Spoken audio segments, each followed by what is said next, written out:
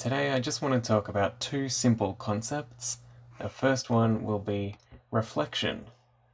So if I've got a boundary, it could be just a mirror, and an incoming light wave over here, I want to be able to quantitatively analyze the motion of this light as it reflects from the boundary.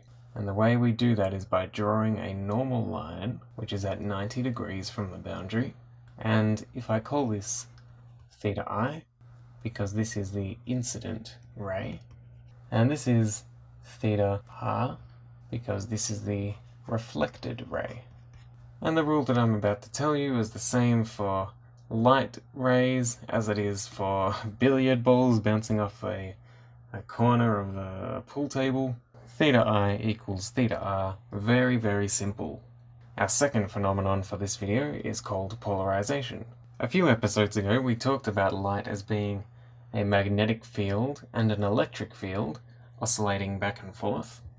If I draw maybe the front view here, what we didn't talk about is that this light could be orientated in any direction about the axis that it's moving along.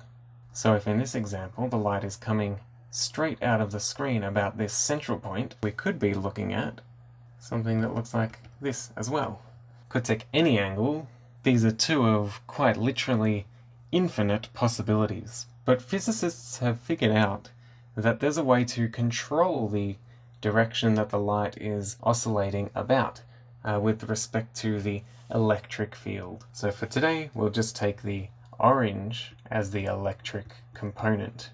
And from now on, in my ray diagrams, I'll only be using orange because that's what we are interested in. So if I start off with something like this, maybe there's another one orientated out of the page like that.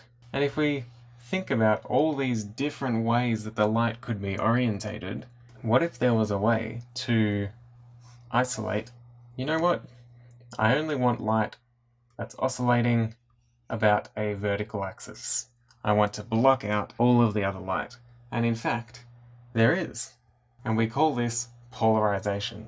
And for VCE Physics, we don't need to know the mathematics behind this process, only be able to qualitatively describe what happens. So if this vertically polarized light was then passed through a horizontal filter, there wouldn't be any light allowed through. So when you go to the movies and you go to a 3D movie, and if I try and draw the glasses over here, what happens is one lens has a certain filter. They don't have to be completely vertical and completely horizontal, as long as they're 90 degrees apart.